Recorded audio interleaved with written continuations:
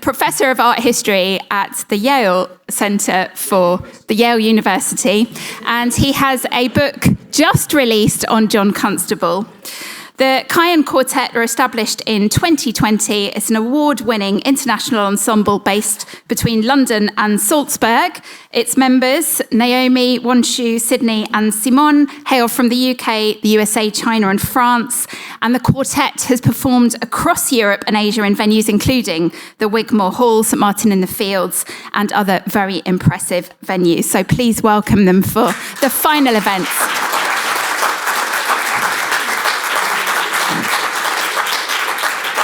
Well, good evening, everyone, and what a thrill it is to work with these four wonderful young musicians. It's a real lifetime's project to get live music into this room. But first, I want to thank Amy Concannon for curating an exhibition which is not only intellectually brilliant. Hold it. Is not only intellectually brilliant, but is also profoundly moving. And thank you very much. Okay, so what we want to do this evening is to explore the connections between music for string quartet written during the lives of Constable and Turner by Ludwig van Beethoven and Franz Schubert. And tonight I want to propose in my sort of introductory remarks that the theoretical terminology commonly applied to the analysis of landscape painting, so much used today, so naturalism, the picturesque, and above all, the sublime, can profitably be applied to what, in the words of Richard Wagner, has become known as absolute music. So I'm going to introduce works by Turner initially, and then also Constable, from the Yale Centre for British Art, and I'm particularly going to use examples of Turner's work seen in the recent excellent exhibition curated by Lucinda Lacks at Yale.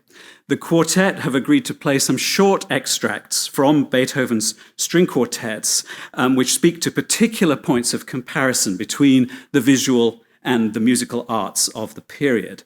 And then I will step away and the quartet will play a complete work, Schubert's string quartet, Death and the Maiden, written in 1824, when Turner and Constable were both at the height of their powers.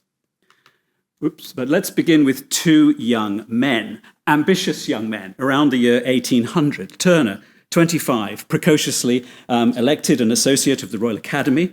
Beethoven, 30, a piano virtuoso and composer in Europe's musical capital, Vienna, having arrived 8 years earlier from his city of birth, Bonn. Turner confronts us in the work at the opening of the exhibition with the rapt mirror gaze of the self-portrait. Beethoven fashions himself as a Yale graduate student of 20. He fashions himself as a Rousseauian figure of sympathy, sensitive and windblown. These were the young men of the new century who rejected the powdered wigs and formal dress and deportment of their mentors, Sir Joshua Reynolds, founding president of the RA, and Joseph Haydn, the leading Viennese composer of the older generation. In each case, these relationships between new music and old, new art and old, were fraught, mediated through both a desire for emulation and a sense of rejecting the past. Beethoven adopted and transformed musical genres which had taken definitive shape in the work of Haydn and Wolfgang Amadeus Mozart, who had died only a decade before in 1791 at only 35. In the hands of the earlier generation, the symphony, the concerto, and tonight's fair, the string quartet, had emerged as conventionalized forms within what pianist and musicologist Charles Rosen has defined as the classical style. Turner's prodigious talent likewise absorbed and interrogated an artistic inheritance, a process explored in the Tate's magnificent exhibition Turner and the Masters in 2009. Beethoven's goal was to emulate and surpass the works of Haydn, inhabiting and ultimately exploding the forms that Haydn had brought to a seemingly definitive form. For Turner, the classical model lay, of course, further in the past, the French 17th century painter based in Rome, Clore de Lorraine. Compare Claude's pastoral landscape of 1648 on the left with Turner's exhibition watercolor of Lake Geneva. Each composition is gracefully flanked by trees. In both, still water at the center leads the eye towards distant mountains that appear grey-blue.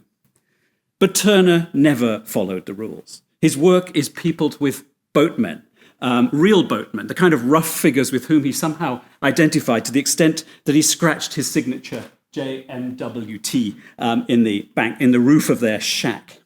There are familiar livestock on the banks, and instead of Roman river gods, a couple of chunky Swiss guys are drying off after a bath. Paraphrases of Claude's picturesque, or Claude's pictures, which gained the name picturesque, could not contain Turner's ambitions, just as Beethoven insisted in string quartets on a new formal complexity, a newly heightened expressive compass. But in his quest to raise landscape painting to rival history painting as the highest genre, Turner invoked the sublime, an aesthetic mode clearly recognizable in the magnificent exhibition watercolor Mer de Glace in the Valley of Chamonix, which is now dated to circa 1815. The concept of the sublime has a classical provenance, but its essence was well captured by Richard Payne Knight, who linked sublimity with, quote, feelings of exaltation and expansion of mind, tending to rapture and enthusiasm. The sublime was produced by moments of heightened human experience, as when Turner navigated the precipitous heights of the Alps. Now, the process by which danger and fear could produce aesthetic pleasure was best articulated in a work Turner knew, Edmund Burke's philosophical inquiry into the origin of our ideas of the sublime and the beautiful, 1757. And here it is. Whatever is fitted in any sort to excite the ideas of pain and danger, that is to say, whatever is in any sort terrible, or is conversant about terrible objects, or operates in a manner analogous to terror. He was making his point quite firmly here. This is a source of the sublime. That is, it is productive of the strongest emotion which the mind is capable of feeling. I say the strongest emotion because I am satisfied that ideas of pain are more powerful than those which enter on the part of pleasure. And in Mer de Glace, a storm rolls over the precipitous mountains, and even in the foreground, there is no safety because there is a venomous snake. Now, in the Critique of Judgment, 1790, Immanuel Kant's account of the sublime hews even closer to this Turnerian model. Consider, says Kant, bold, overhanging and threatening rocks, thunderclouds piling up in the sky and moving about, accompanied by lightning and thunderclaps. Compared to any of these, our ability to resist becomes an insignificant trifle. Yet the sight of them becomes more attractive the more fearful it is. For Kant, the mathematical sublime was invoked by sheer scale, as in the Alps, but the dynamic sublime was generated by the heroic human endeavor and the immense power of nature. Now, if you think about all this is going to generate a new kind of art, a new kind of music. The arts must be difficult to behold, dangerous, stirring, a matter of life and death. And Burke's theory in particular offered many specific instances of visual stimuli generative of the sublime, contrasts of dark and light, brilliant color, jagged and asymmetrical forms. But how could the sublime express itself in a non-representational medium like music? The musicologist William Crotch gave a lecture in London in 1800, Turner was here, when I quote, "When the harmony and modulation are learned and mysterious, when the ear is unable to anticipate transitions from chord to chord, from key to key, if the melody and measure are grave, the effect of the music will be sublime." And while earlier composers, including Gluck, Mozart, and Haydn, had explored the possibilities of aural disturbance, the Sturm und Drang, nothing in musical history prepares the listener for the onslaught that we are going to hear at the beginning of a work completed by Beethoven in 1810. So if the two players will kindly join us, having been silhouetted against the Alps, we will hear the opening of String Quartet number 11, Opus 95.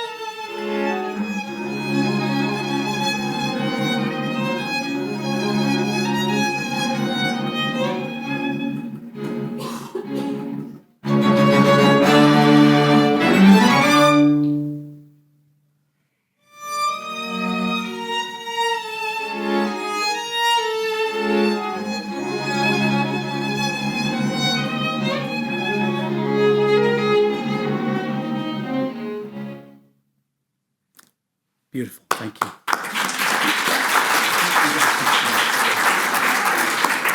So I think you could hear in that a kind of exploration of mountainous heights and dark, cool depths, a sort of exercise in Kant's dynamic sublime, Beethoven pushing the quartet medium to the very limit of what it can do.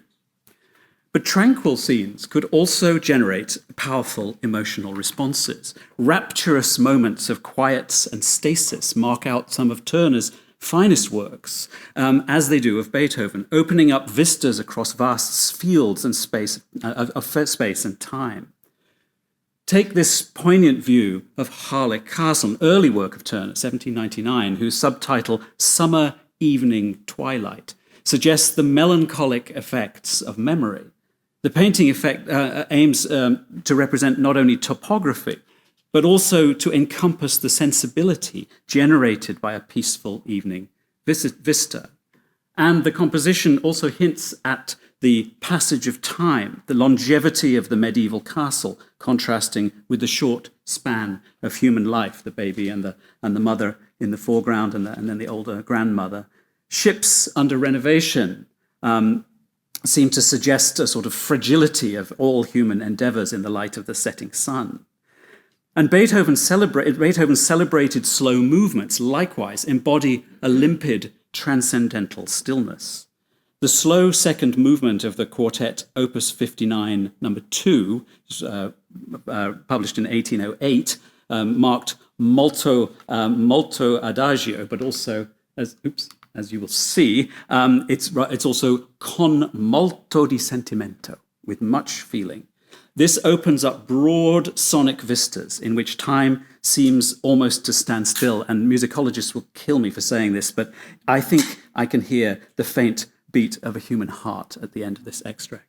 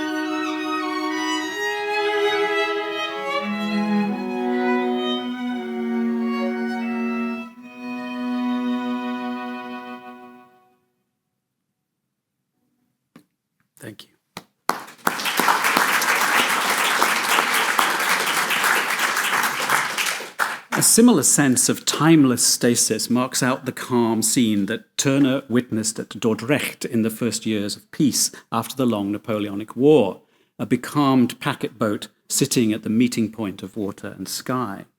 But look again, or rather listen, and you'll hear a rowdy noise. You'll hear barrels of beer being devoured by squat, hefty locals, rowdy singing echoing across the water. And both Turner and Beethoven embraced the popular culture of their day, the folk culture, admiring folk song and the dances of the peasantry. Smaller works by Turner juxtapose the sublime and the carnivalesque together in the oxymoronic span of a few inches. In this fantastic watercolour of St. Catherine's Hill, Guildford, 1830, we thrill to the storm over the approaching and the ruined abbey. But in the foreground, Turner invites us to the beer tent of the Red Lion pub. None better under the sun, says Mr. Turner. A boy beats a drum, and we can see figures in the distance dancing, flailing their arms aloft. And Beethoven made similar gestures in his quartets, where the heavy, offbeat rhythms of folk dances, often with an inflection of Hungarian or Romany music, energize his scherzos.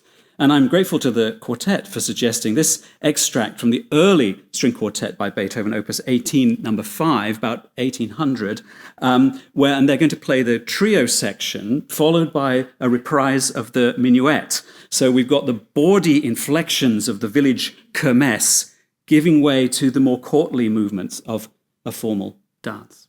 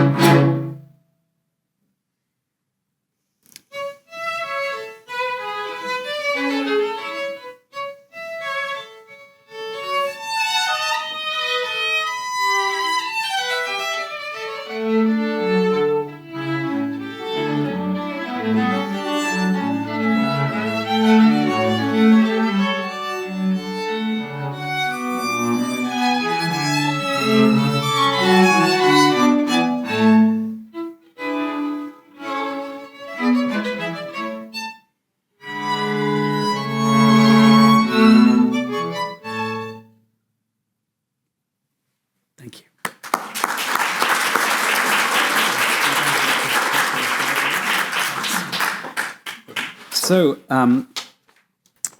as the painter, just a minute. I just wanted to say a little more about Turner, who surely knew the sound of street cries from Covent Garden and shanties from Margate, but there is also in his ears much more refined fare, including the piano works of perhaps Muzio Clementi and John Field, and perhaps even Beethoven, played in these polite musical soirees at Petworth and East Cowes House. I should say that they seem to always have been played by women with very long necks, for reasons that perhaps a Turner scholar will explain to me. Now, we left Turner and Beethoven as young men, but as they aged, as you can see, they lost control of their hair, for one thing. But the idea of these portraits, of course, is that genius possesses the individual, these volcanic creative forces of the romantic genius. Joseph Stieler, in his portrait of Beethoven, enhances, this is the only one made from life, enhances the myth of the composer of the Pastoral Symphony, drawing inspiration from the natural world. And Turner's hair in all later imagery is sort of tousled, his clothes showing a disdain for social niceties, just as his works show a disdain for artistic convention. But of course, performance defined both their lives. Until deafness ended his career, Beethoven was a pianist of astonishing skill and energy. And Turner, of course, as everyone in this room knows, put on a great show at the Royal Academy's Varnishing Day when he stood before an unfinished work, quote, a magician performing his incantations in public. Similar language could be used about Beethoven's piano playing and his improvisation of cadenzas in his concertos. Painting as performance art, music as performance art. The cliché of the creative genius, of course, has unfortunately perhaps conditioned later representations of both these figures. Immortal Beloved with Gary Oldman as Beethoven and Timothy Spall in Mr. Turner, but perhaps these are indeed what they would have looked like in real life. Now, Beethoven and Turner never met, as far as I know. In fact, I'm sure they didn't. But a rare moment of juxtaposition came in London in March 1825, just over 2 centuries ago. Beethoven's revolutionary Ninth Symphony, with its choral finale setting Schiller's Ode to Joy, was performed at the New Argyll Rooms in London by the Royal Philharmonic Society, who had commissioned it. Some were thrilled, some horrified by this radical break with musical tradition.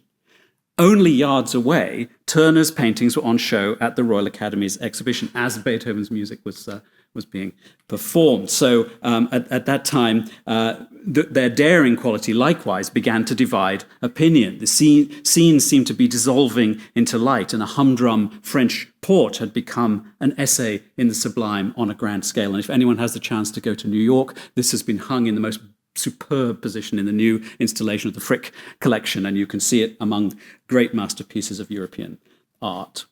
Turner's late works, as we all know, suggesting vast distances through misty forms, were ridiculed as symptoms of madness, just as Beethoven's were dismissed as results of his deafness. But in Britain, the rehabilitation of both artists happened began at least in the 1840s. Perhaps Turner never really went out of fashion entirely, but the founding of the Beethoven Quartet Society in London in 1845 led to the swift acceptance of the chamber music we've heard already this evening. And that coincides with the publication of Ruskin's Modern Painters, the definitive defense of Turner.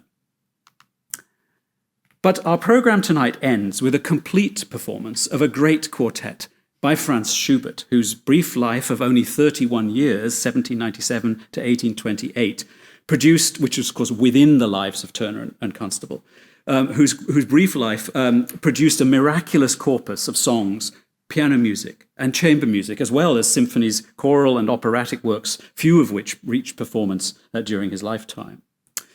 While a comparison between Beethoven and Turner has, I hope, revealed deep synergies, I have to admit that comparing the Viennese Sybarite, the young Schubert, with the very rural Tory John Constable may seem, as my students would say, totally random. But let me persuade you that it is not random at all, because there are several very important points of comparison. Nature was central to the work of both. Schubert, whose life was spent mainly in urban Vienna, nonetheless organized many walking expeditions in the Vienna woods and even larger outings to nearby mountains. He took musical delight in invoking the natural environment through sound painting, particularly in his song cycle Die schöne Müllerin, the Maid of the Mill. This is replete with babbling mill streams and birdsong. This early Schubert resonates with the Biedermeier landscape painters of his own generation, such as Ferdinand Georg Waldmüller, whose vividly lit works bespeak a city dweller's eager delight in the countryside as a place of recreation. Contrast this great work in the exhibition, Constable's sober and meticulous The Wheat Field, which seems to bring to ripeness the project of a natural painture announced in the artist's earliest works. Constable was profoundly attentive to the agricultural rhythms of the seasons, to the moods and chiaroscuro of nature. Now, Beethoven seems to have had relatively little to do with the visual arts, but Schubert became a great friend of Moritz von Schwind, an art student who declared that as Schubert composes, so do I want to paint. And years later, von Schwind made an oil sketch recalling a Schubertiad, an evening of Schubert's art songs or lieder with the singer Johann Vogel and the composer at the piano. This domestic scale of performance in works often inscribed with personal intimacies and increasingly with memories of past pleasures places Schubert's music in a different idiom from the world-changing energies of Beethoven. The older composer's relentless innovation was focused on the future, on change, on new forms. Schubert's lyric imagination, even in the naturalist work, was preoccupied with memory and loss. And many of Schubert's settings of Goethe and other contemporary German poets explored macabre Gothic themes. The Erlkönig, for example, of 1815, sets a text by Goethe in which the father rides through the night as death steals away the life of his child. And von Schwind leapt to the rescue and created this extraordinary painting of the same poem, inspired by Schubert's setting. Among the most haunting of Schubert's songs was Der Tod und das Mädchen, the Death and the Maiden, written in 1817, the year of Constable's Wheat Field. And once again here, death stalks a young life. Now, the singer, and we'll hear a recording here of the Lied, I think, in a moment, the singer is required to give voice both to a young woman. No, maybe not. I'm not going to sing it for you.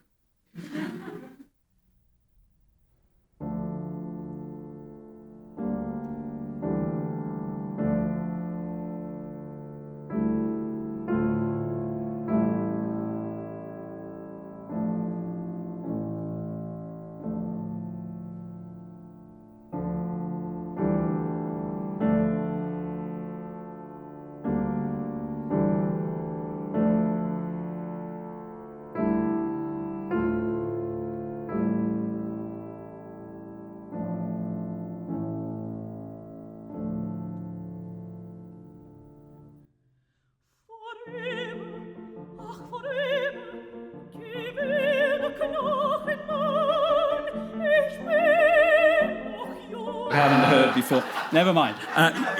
You heard the important bit. You heard the important bit. Sorry, Renee Fleming, for that. But you heard the important bit, which is that the introduction to Death and the Maiden, played very slowly on the piano, this mysterious series of D minor chords, is what Schubert later picked up for a string quartet, which we'll come to in just a moment.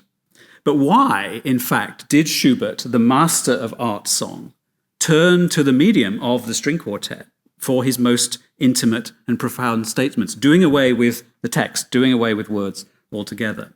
Well, this goes very deep, because at school he played viola in the family string quartet with his brothers as violinists and his father on the cello. So it went deep in his DNA. But also the sublime language of Beethoven's string quartets, which we've heard this evening and which he heard as they were being first performed, also came as a revelation. In 1823, Schubert befriended the violinist Ignaz Schuppenzeich, who associated already with Beethoven's music, who was the leader of the first professional string quartet, so the precursor of this great group with us tonight. And their playing revealed the possibilities of the string quartet as a medium for the musical sublime. Now, if the early works of Constable and Schubert often suggest a joyful kinship between the artist and nature. The later works, as seen in the exhibition, I was delighted to see this great work from the Phillips Collection in Washington, D.C., upstairs on loan. It's a fantastic loan because it really gives you a sense of how the late Constable, and Annie Lyles' exhibition did this to a wonderful effect in 2021, revealed an intensified expressivity and a technical bravura. Lashings of white paint applied with the palette knife could enhance the viewer's emotive experience so that even the simplest materials, trees and farmland, conventional picturesque materials, could be raised to sublime heights. Constable's worldview darkened with the death of his wife Maria in November 1828, when the artist was 52 years old and she 40, but this only sharpened his larger sense that society and politics, as well as all the arts, were moving in progressive directions inimical to his conservative and hierarchical instincts. That being said, of course, his own artistic practice was veering in radical directions, as you can see on the screen. In 1814, Constable had made a pencil study, a kind of documentary pencil study in graphite of Hadley Castle in Essex. By 1828, the ruined castle on its rough escarpment, buffeted by wind, had come to serve as a metaphor for Constable's profound sense of loss, personal and national. And he transformed the drawing in 1828 into this small oil, which we have at Yale, and then into this extraordinary 6-foot sketch, which you can see upstairs in the exhibition, whose turbulent paint surface surely seemed to register the dissolution of all that Constable valued. The sky, what Constable called the chief organ of sentiment, has disintegrated into a patchwork of agitated swirls and corkscrews of the brush, its explosive luminosity casting the foreground, casting England into deep shade. And the finished painting, which you can see together with the sketch upstairs, which is a really once-in-a-lifetime opportunity. I'm sure it won't be lent many times again, this great painting, which we live with every day at Yale. This finished painting offers both a wrenching lament for his own earlier life and a portrait of England in ruins. Despite the global reach of British power and wealth, you can see the Thames with the glittering merchant ships. Nonetheless, all that remains to Constable is desolation. And Schubert was approaching quickly, and he knew it, his death. His last years were marked by the horrific effects of and treatments for syphilis. He wrote of the sheer despair, quote, of a man whose brightest hopes have come to nothing, to whom love and friendship are but torture, and whose enthusiasm for the beautiful is vanishing. These words were written in 1824 as he worked on the string quartet you're just about to hear, Death and the Maiden. And I want to offer some remarks on the structure of the quartet before handing over to our wonderful players. Like Hadley Castle, this music is surely a meditation on death itself, the very essence of the Sublime. Sorry, I'll come back in 1 second to that. And we have to just remember Burke's words, as pain is stronger in its operation than pleasure, this is 1757, so death in general is the more affecting idea, more so even than pain. Pain, indeed, says Burke, may be considered as an emissary of death, the king of terrors. By returning, as he faced his own mortality, to the music that he'd written almost a decade earlier, which we heard in a bizarre version, Death and the Maiden, that song, that introduction to a song, Schubert self-consciously engaged with the aesthetics of mortality. Now, the quartet opens with an unmistakably Beethovenian declaration in the key of the key of the Ninth Symphony, the tragic key of D minor. Within its first moments, the music oscillates, as you'll hear, between energetic triplet rhythms, da-da-da-da, and an introspective chorale-like motif, establishing a sound world in which soft and harsh, light and dark create a dramatic chiaroscuro very worthy of Constable, or, of course, as the exhibition shows us, of Turner. And Ruskin pointed out, Turner was a painter of chiaroscuro. The slow second movement opens with a quotation of the beginning of that song, Der Tod und das Mädchen, and leads the reader through the listener through a series of variations, repeating the 24-bar arc of that original group of chords, which this sort of transition reveals every musical and emotional nuance of the theme, including the wheedling tone of death's entreaties to give way, and then violent outbursts of resistance. And that movement ends in hushed music of prayerful interiority, representing perhaps the possibility of redemption. Theodor Adorno wrote what I think is still the most compelling essay ever written on Schubert in 1928. And he says, the hermeneutics of death, which insinuates so many images into Schubert's music, do not tell us the whole story. So it's not just a matter of narrative about I'm going to die, essentially. Rather, it is the affect of sorrow about the human condition that is modeled in Schubert's landscape. And I think it's really fascinating that Adorno uses the term landscape to describe Schubert's words.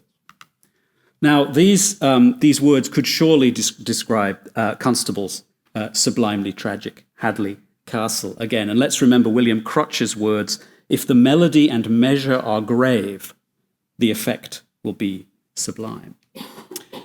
The third movement, as we might expect from Beethoven, from hearing the Beethoven, is a rustic scherzo, which opens with the heavy tread of a folk dance, lurching sometimes drunkenly off the beat, and Schubert did like a glass of Grüne Veltliner, I believe.